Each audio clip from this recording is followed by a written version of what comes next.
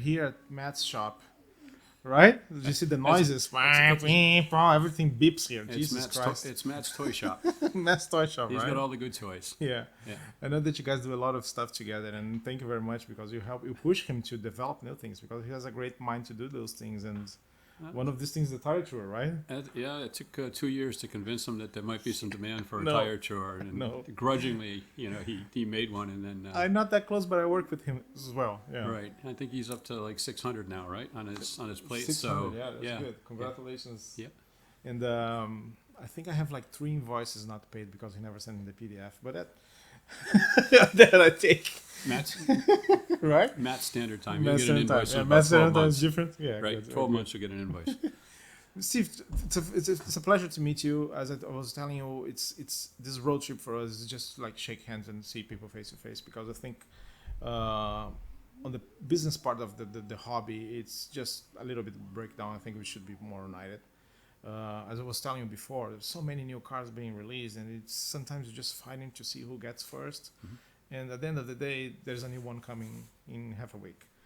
And I think this trip is important. Like we just came out from Philly. We're going to do Modelville next, and then I'm going to go to Detroit to see those guys over there. Yep. But I want to learn more about your business. I know that you're not selling track, but you're very specialized in parts and specific cars. So I want you to hear more about Slot Car Corner. Okay. So first, thank you for the opportunity. No opportunity. Slot Car Corner, we started in 2006. Initially, we started out making specialized products, mostly track wiring products, driver stations, that sort of thing. And then we were racers, right? We don't race as much as I used to, but we used to be pretty competitive back in the day. And there was a void. We were looking for high quality parts. We couldn't find them, from the traditional sources. So we started designing and sourcing our own parts. And then from there, the business continued to grow. We started to bring on different brands of slot cars, different product lines and stuff, and we've continued to do that over the last 18 years. So we don't try to carry everything. Yeah. We don't try to carry all the brands and stuff like that. In general, we focus on 1/32. And that was your background too on racing, 1/32 scale? It was actually HO when I was little. HO, right? yeah. I think everybody The bug that I told you. raced HO in the basement, discovered girls' cars, college, family. Gone. Got back into it when I started a family, and initially came back with the HO cars, but found that our young kids, that they actually like the bigger cars better. So that's how we kind of got into 1/32. Yeah. And if you got in 2006, you kind of got the scene when Slotted and NSR were just starting. Yep. So you didn't get the crappy Ninko and other scenes. And The crappy Ninko, as you put it. you can say that, they're all business. Right. The crappy Ninko was there, right? And even then they had a reputation on Ninko hop and stuff, right? And some of their aluminum wheels and stuff were very flexible, let's say. But they kind of started the pro parts. Yeah. Because before that we have Fly and Scalextrics. Yep. In Korea, all plastic snap-on wheels. Right. And Ninko was the first one to see, okay, we need a lighter chassis, we need a motor pod. Yep. Yeah. Let's give them the pro parts and stuff. Yeah. But even those, they I think they had the right idea. It's just that the execution wasn't quite there. And then Mauricio and Noviello came along, and then they started to like. Yep, and you had not only the cars, but like we were talking earlier, you had spare parts. So if the car broke, you could get a replacement part. If you wanted to tune it, you had gears, wheels, tires. You had options to tune it, chassis plates and so on. Same with NSR. Yeah. Where you got the multiple chassis plates and motor mounts and stuff like that. So for the enthusiast, I think they tend to gravitate toward those brands. Because they have all those options and they can get replacement parts. That's very interesting. Yeah. Yeah, and then you came along and you thought about we started doing accessories like track accessories, right? We do some track accessories, like for example, we do some controller holders and stuff. Yeah, like we that. use those. We use those at the store. Yep, there's a lot of them out there. We don't do a whole lot. We don't do figures and stuff like that. Okay. We leave that to the the 3D guys Yeah. like Matt, to do those types of track accessories. But like I said, driver stations. I have your braid roller there too. That's a good point. I forgot about that. Braid roller and stuff like that. So Have use that for safety too. When a customer gets out of the line, you just chase him with that thing. yeah, you throw it at somebody and you hit them, you're probably going to jail. Yeah, pretty robust. white arm. Yeah. Yep. And then we started doing this because you found like a need on your local club, or nobody was developing this kind of stuff. Yeah. Oh, well, as far as our line of products and stuff like that, yeah, they weren't readily available at the time. Some of that stuff has since become available, but we just started, sourcing stuff, building up supply chains and stuff with various suppliers, and over time, where it made sense or where we thought it made sense, we would source our own parts. But at the same time, we don't necessarily want to reinvent the wheel. If somebody's already doing something, they're doing it well, then we'll just sell their product or their part, their car, whatever it is. Yeah. And where you used to race back in 2006? Pardon me? Where do you used to race in 2006? Where were we racing? Where we were racing? We were racing all over. Was a club or like a race? Yeah. I mentioned, that we got back into it with my kids and stuff. So I had a large scale electrics layout in the basement. It was about 160 feet, 4-lane track. Yeah, it was a good sized track. And, but after a while, it was just me and the kids. It got kind of boring. So we found there was a local club up here in New Hampshire. There was a local club down in Connecticut, and they got together a couple times a year. So we said, hey, why don't you guys come to my track? Because it's neutral. None of you guys have ever raced on it. Why don't we have a race there? And then that was really kind of the first time that we were introduced to like a formal race setting with the lap timer and the counting and all that, right? And then from there, we just stayed active with primarily with the club in Connecticut. Eventually went into business with somebody I met at the club up in New Hampshire, and still a good friend, Dickie Pearson. And then we got hooked up with the crew from Montreal, another club from Quebec City. We go out, we race the 24-hour race in Michigan each year, and we've been actively involved with that. So I mean, we've been all over the map. Yeah, I noticed, and we were talking about this before, so I'm gonna fake that like this is a surprise question. But I noticed that you have a good relationship with Cloverleaf, so you guys dealing with developing products and you support the races. And I know that you're loved all around, because Rich from Great Traditions, he gave me this whole interview using your cap, and he put it on purpose. Let me do some advertising. He puts your cap on it. Yeah. Quick Slicks Tires. Okay. Right. It's a joint venture between Cloverleaf Racing and SlotCar Corner, 50-50. We've been doing that since 2014. Okay. Right. We continue to, to make the Quick Slicks tires and sell them, if you will. We're looking to introduce new tires. We'll be making some announcements here in the next 2 or 3 weeks of a couple of new tires. I noticed that every time you could put new stuff. Yeah. You were the first ones to put it for the NSR Formula 1 cars. Yeah. Very nice. Yeah, so we try to stay on top of it. Unfortunately, the lack of standardization across manufacturers, if it's something like NSR or Slotted, where they have, Eurosport wheels, then it's relatively easy for us or anybody else. You can justify making the investment in the molds and stuff like that to actually make the tires.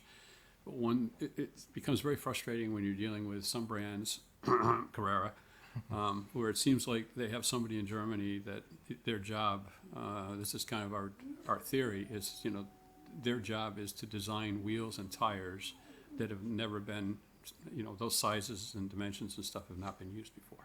So they're one-off wheels. Find a number. Yeah, exactly. So, but from an aftermarket, again, they're marketing it as a toy, for the enthusiast, right? Why don't you guys have tires? Well, there's just not enough demand to justify the upfront cost of the molds and stuff like that to make the tire. So, unfortunately. So today, we have this problem over there, and that's one of the main reasons that we carry Quick Slicks, because we offer a big range. So people call there and say, oh, I have 10 old collector's cars, I need tires for those. So we need to find our spreadsheet and find, so this is going to be a Quick Slicks, this is going to be a super tire, this is going to be whatever it was. Right. And that's one of the main reasons. But sometimes you guys just go for the same mold, and then it's a matter of which one's best that works for a track. So on Quick Slicks, which track surface do you think works best? I think both wood and plastic tracks, they work very well. But on all plastic tracks, even the more rugged like scale auto and polycar. Probably not polycar because it's a different surface, Yeah. right? It's not a smooth surface like Carrera or a wood track or something like that. So silicone tires in general are gonna work best on a very clean surface, Okay. squeaky clean surface, And smooth. smooth, right? Something like Ninko or polycar track, something like that, you're probably gonna be better off with a softer compound, probably a rubber or urethane or something like that. Yeah. It's a big debate because over there at the store, we have the wooden track and we use sponge with rubber tires, and everybody that somebody touched with the sponge or a silicone, kind of the grip's not the same, so you always have our eyes on it. And the plastic track, we kind of inherited the deals and the tuning that we have from the wood to there, so people started using rubber, and I think they're already approaching rubber. But I remember racing at the club back in LA, and they have silicone tires for everybody, and that was so much easier to do because they're through it. Right. I know there's people that say you can choose silicone tire. You can. You just need to figure out the wheel, see if you have the right angle over there to make it straight, and just put the car. So it's much easier, and it's the instant upgrade. If somebody gets a Carrera car or a Scholastic car, just pop up the silicone tires. There's like $8, and you have a car that's performing much better. Yeah, tire compounds in general, right? They remind me of if you follow car forums and stuff like that, and you'll get a oil thread, right? Which motor oil is the best, right? And you'll have threads that go hundreds of pages, and people are at each other's throats and stuff like that. It's somewhat like that with compounds, rubber versus silicone versus urethane, right? In the slot car, and what we tell people is, look, we're not going to twist your arm, to buy quick slicks or some other brand or something like that. Try them, right? Take a car like a slotted car or something, or an NSR car that has a standard wheel. Get a pair of quick slicks, get a pair of Paul Gauge tires, get a pair of NSR tires, super tires, whatever it is.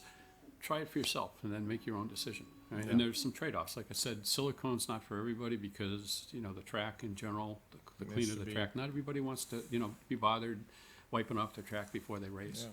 So it may not be a good choice, for everybody.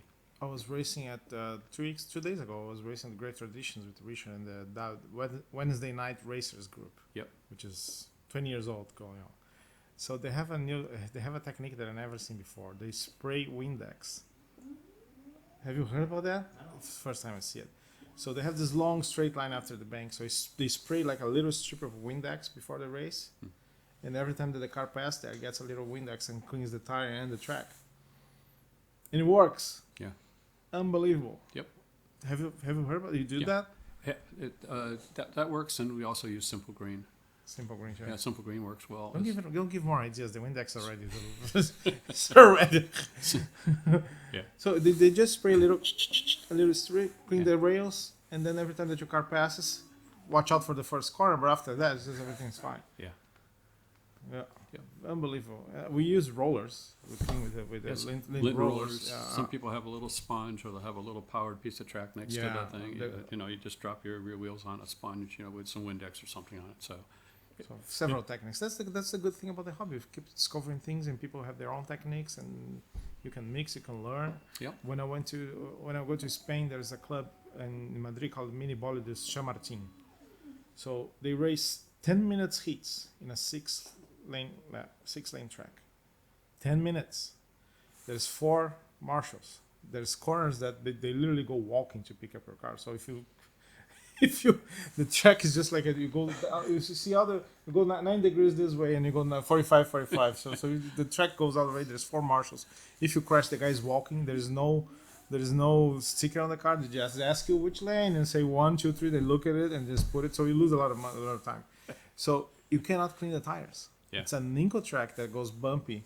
The straightaway is against the wall, so you see the car coming from one corner to the other. Just blah, blah, blah, blah, blah, we finally made it, and there's no cleaning. Yeah. You can clean the tire in the beginning, and that's it. You race an hour without cleaning the tires. Yeah. So each club has their own rules, their own preferences, and stuff. And it's all good, right? It's instead of arguing with each other, don't argue. Right. I look at it as it's a pie. Slot car racing is a pie, and you can slice it up a lot of different ways. And it's not necessarily that one slice is right or wrong, or right. They're just different. And if you enjoy racing, magnets, right? magnets versus non-magnets. So that's the thing. We cannot even list the ways that you can enjoy the hobby. Yeah. If you just go for racing, because you have the collectors, you have the racing, you have the guys, the home racers. But if you go on races, you start with dragster, and then you go HO, and then you go HO without magnets, and then you go 1/32. Yeah. 1/32 without magnets, 1/32 digital, 1/32 competitive that you can change the car, 1/32 stock. But as long as you're having fun, As long as it's you're all having fun. it's all good, Yeah. right? If you're not having fun, you think about it. This is the other thing I don't understand is we all have, if you have a job, you have day-to-day stress and challenge and stuff in your normal life. Why the hell would you get into a hobby To get more stress. to get more stress? Yeah. Right? It just does not make any sense, right? make any So if you're not, when you go out to a race and stuff like that, more often than not, if you just stop and listen, if you hear everybody talking, laughter and stuff in the background, working. it's probably a good event, Yeah. right? People having fun. But if you can hear a pin drop, Yeah. and somebody's got a copy of the rule book every time the car goes by, right? Yeah, we at the store, we have a great group of people, but I think they're becoming too serious about it, because when we have the big events, we have people from outsiders, let's put this way, coming out, and the outsiders are having a great success. So during the monthly races, people are trying to get as much as they can and as much as fast as they can. So every time somebody finds a gray area or a loophole, this is racing. I'm fine with that, but then I have to address and I have to come back. Last race, the guy Dan Tufts, I mentioned that yesterday. He is a great racer. A guy who was racing 124, merged to 132nd. He's very into it. He lives in San Diego, so he needs to travel to go there. And he did the very first race. He won the very first race without crashing. He stayed on the whole time and won the race. Then I got his car, and after the race, I do a video breaking down the car, just showing the secrets, and everybody's okay with that. So the video goes online, and everybody has those tips, right? Yeah.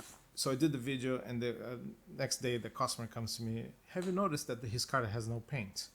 What do you mean? It's a white kit with just 2 decals, that's it. I say, really? So I went to see the car, shit. And then I see the rule book, and the rule book say, must have a livery and 3 numbers. That's it. That's all. That doesn't say anything about painting. So kudos to him. He found a loophole. He went there, won the race. Maybe like a half a gram advantage, 1 gram advantage, but he's there. So yeah. So it starts to become so too serious at this point that people are like not putting paint on the car, and there's a one that was, hey, no, there is no paint. So Well, it absolutely, that's a good point, but you kind of touched on it. The other thing I think that's really important in this hobby is, if you've been in the hobby for a while, and if you have some experience setting up cars, right, and you bring somebody new into your club or something like that, and they show up, right, you got to take them under your wing.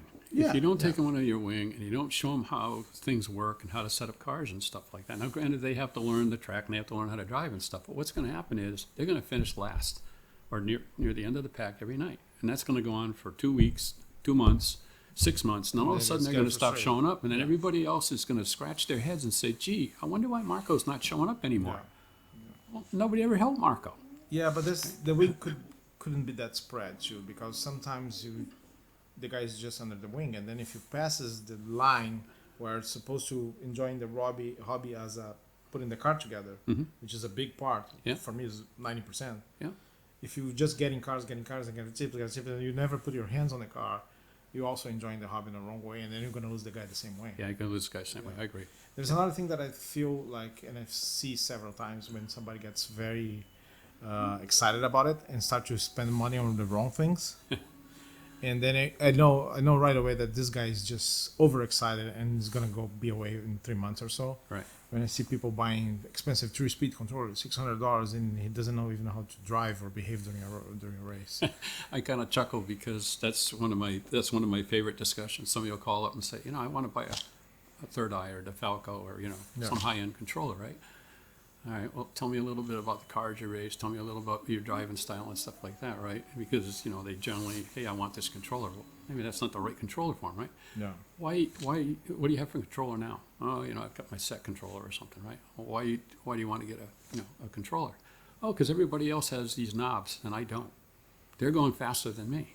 Yeah, it's the knob, your knob. Right. So it's like, okay. So then you explain to them that you realize, because we see this, we have a couple of guys in our club, right, that They've been racing 12, 15 years. Great guys, love to race with them and stuff, right? But if their life depended on it, they couldn't make an adjustment to their controller while they're racing. We have one guy. We have one guy, right? And this is no We have our mom. Oh, hold on. We need more break. We have a guy that yells track, right? He can't adjust his controller on. So he yells track just to stop it. He's a track call. Wayne. I won't mention your last name. Look at Wayne. his eyes. Look at his eyes right anyway. Right. So Wayne, right? Track. There's What nothing happened? off. All Yeah. the cars are in the lane, right? Wait, what's going on? I need to adjust my controller. You What the can't hell? have a track Get call out here, to make Wayne. a controller Come on, adjustment, Wayne. right? But the point I'm trying to make is, you're talking to somebody. It's like, look, this isn't like an automatic transmission kind of thing where just because you have a controller with knobs, that all of a sudden the little elves are gonna come out between heats or something and adjust the knobs where they need to be. Yeah. So there's going to be a relatively small number of adjustments where yes, your car, your driving and stuff will probably improve. But conversely, there's going to be almost an infinite number of settings where you're going to go the other way. No, the Right. true speed controller, I think it's a very well designed controller for the top racer that have the time to be there and figure out that thing out. Yeah. I had that synapse when I was racing 124 scale, the one with the LED screen that you can design. Yep. Eric is a good friend of mine, so sent me over. I figured out. I won a couple races, but it took me a long time to figure that thing out. So and you have a screen that you can see it. So the 3-speed, you have 5 buttons here, and plus 3 or 4 maybe on top. And I see people struggling with that thing and say, you should be taking more time on your car and your driving before you go this. Yeah. And I can't figure out. Yeah. And well, if I tell the stories, we probably had a lot too, but I saw people buying 2 tire tours at the same time just because they're very excited. They want to have the best equipment, and they still don't know how to use it, but they want to have 2, so they're going to figure out which one is best. Yeah. No, No, when I went to the counter and see this kind of stuff, I'm trying to be honest and trying to talk them out of it. But it's hard. So this excitement too hurts. If people get too excited about one thing, and I can see from Miles that this guy's gonna give up in a couple seconds. it's a waste of money. You're It's a waste just of money. wasting your money, or get just a basic controller is all you need. Do you feel optimistic about the future of the hobby? Oh God, this is a bad start. Yes and no. That's a tough question because I think one of the challenges we have, and we were talking about this a little bit earlier, I think one of the challenges we have as a hobby is, we got to figure out how to get younger racers into the hobby. Yeah. And then once we get them into the hobby, we got to figure out how to keep them in the hobby, right?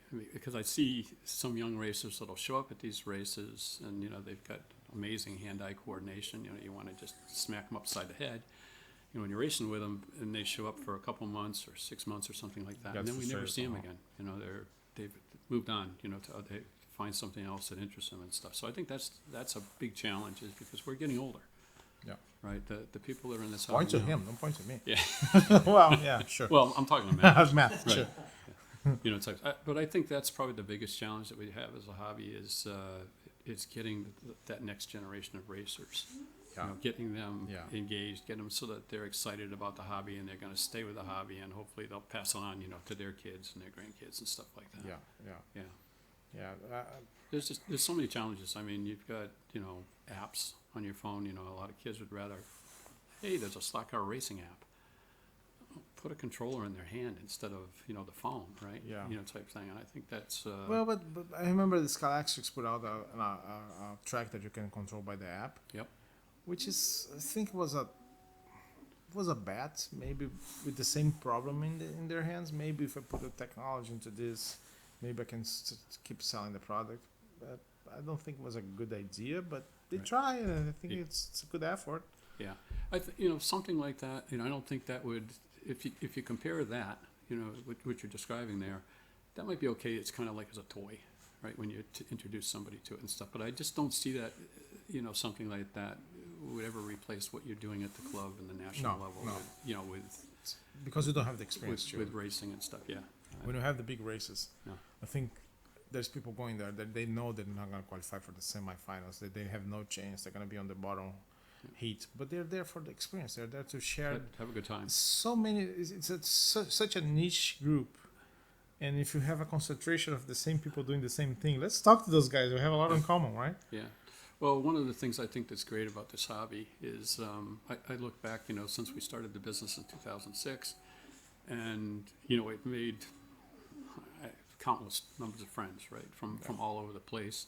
And a lot of these people are not necessarily people I've met face to face. Yeah. It's, they're international or something like that, but have had many good conversations with them over the years. And I think for me, that's something, that it's probably more important than actually standing at the track, the controller and stuff. It's these friendships, a lot of these friendships, they're for life, right? And if it wasn't for slot car racing, quite frankly, wouldn't have met these people, wouldn't have had the opportunity to meet these people in 100 lifetimes, right? Yeah. So to me, that's pretty special. Yeah. Yeah. It's a hobby that you can do alone. Yeah. It's not, you're not painting stuff inside of your home or doing modeling. You're just going out and Yeah, and we've got some great stories, traveling. I mean, we could write a book about our adventures going back and forth over the Canadian border through customs and stuff. Oh, really? Is that complicated? Is it easier to go up or come down? Well, I know. How are we on time? Do we have time for a quick story? Yeah, sure. So do we have a racer up in Montreal, Pascal, and Pascal, the co-owner of Slot Car Corner, Bob Bianchi, and I were going up to race at Pascal's house in Montreal with a bunch of the Quebec and Montreal racers. So, you can go up through Route 91 up through Vermont, and there's a big border crossing up there. But when you go up there, you always run the risk of you might be in line for an hour or two. Oof. Right. So they have these little border crossings, and we've over the years, we've found these, and these are mostly used by the locals, right? Very seldom is there a line. If there is, it's like one car or something. So we're heading up to one of these border stations in like Vermont and New York where it hits Canada. And the day before we were going up, Pascal calls us up and he says, "Hey, I got a favor to ask of you guys." Oh, God. And I said, "Yeah, what can we do for Something you, Pascal?" illegal. Right? And he says, "Can you stop at a Home Depot on the way up?" He says, "Can you get me a padded toilet seat?" And we're like, first what? A padded toilet seat. Padded toilet seat. Padded toilet seat, right? Sure. So at first we thought this that's- is just Pascal, pulling our chain, right? Okay. Pascal was serious. Evidently, Oh, it was a joke. It was not a joke. Oh, okay, He, not a he was joke. serious. He wanted a padded toilet seat. They right? don't have this in Canada. Evidently, his padded toilet seat. He does have padded toilet seats. Right. So anyway, we stop in Vermont, someplace at a Home Depot. We pick up the padded toilet seat. And we head up to this little rinky-dinky border crossing, right? And when you go across the border, right, as you know, it's all about they're in control. They're calling the shots. You don't talk. You don't listen, right? Yeah. They ask you a Officials, question. You stand on the line and all that, right? So we pull up to the border station there. There's nobody there, and passports. They go through that. Where were you born, and all the normal questions. Why are you coming across this border crossing? Because the other one we don't want to wait for 2 hours. You'd have any knives, alcohol, atomic bombs, weapons of mass destruction? No, I have a right? padded toilet seat. Right? So, and then he goes, "Do you have anything to declare?" And I don't know why. I said, "Yeah, I have a padded toilet seat." Well, you brought yourself into this. So- this is not Pascal wrong. No. This is right. So it's, yeah, we have a padded toilet seat, right? Well, he lost his composure, Sure. right? So I mean, you could tell he didn't quite break out into a laugh, but I mean, he was having a hard time keeping it together, right? So he kind of turns away for a few seconds, and then he goes back to me, and he goes, trying to get serious again. He goes, "Is this a good friend?" I said, "Oh, he's a very good friend." He said, "Get the hell out of here." And he just waves us in, doesn't look at anything I don't else. wanna No look more at it. questions. I'm through with you guys, right? I was smuggling drugs inside of the padded. But I mean, it's just one of those stories, that God. if it wasn't for slot car racing, I we can would only have never been able to declare a padded toilet seat going over the Canadian border. Now this guard is giving an interview. So what was the most unusual item that you have to declare? I have a story for you. Do you have some time? Sure. Yep. So there's this guy coming, and then I think it's a safe bet that we were the only ones that ever declared the declared padded. a padded toilet seat. Yeah. Besides the padded seats, you didn't answer. Are you optimistic or pessimistic about the future? Well, I tend to be an optimist, so I'm you go. optimistic, right? There you go. Yeah. Yeah, So, I am too. It's a wonderful hobby. Yeah. I've been involved my whole life on this thing, and I'm never gonna let it die. Right. Just, yeah. And I think we're in a great moment. I think we're in a great moment. people are very excited about producing new stuff.